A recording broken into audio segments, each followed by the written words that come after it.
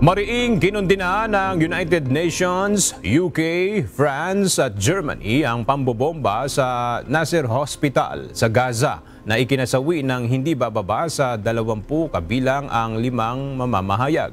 Ayon kay UN Secretary General Antonio Guterres, dapat igalang at protektahan ang mga sibilyan, medical staff at mga mamamahayag sa lahat ng oras. Tinawag namang intolerable ni French President Emmanuel Macron ang pag-atake at iginiit ng Germany na dapat itong imbestigahan.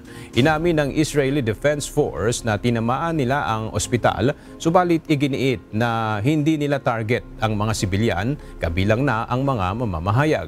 Ayon pa sa pahayag mula sa opisina ni Prime Minister Benjamin Netanyahu, ikinalulungkot nila ang insidente at tinawag itong malaking pagkakamali.